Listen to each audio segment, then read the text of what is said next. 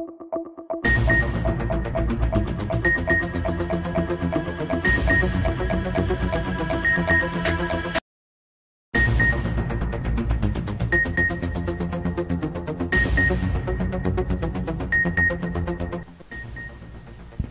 شامل کرتے ہیں منڈی بہاؤالدین سے۔ Additional deputy commissioner Malik Abbas Zulqarnain کا عالمی یوم سیاحت کے موقع پر government post graduate college for boys کی تقریب سے خطاب۔ طلباء کی بڑی تعداد نے شرکت کی۔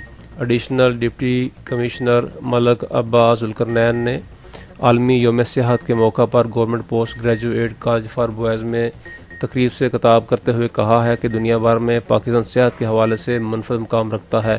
وزیر اعلیٰ پنجاب کی خصوصی ہدایت پر پنجاب حکومت صحت کے فروغ اور قدرتی حسن کے تحفظ کے لیے ہر ممکن اقدامات کر رہی ہے۔ ان کا کہنا تھا کہ ہمیں چاہیے کہ صحت کے فروغ کے لیے ایکو سسٹم کی بحالی، ماحول کے تحفظ اور موسمیاتی تبدیلیوں کی روک تھام کے لیے ہر سطح پر اپنا کردار ادا کریں۔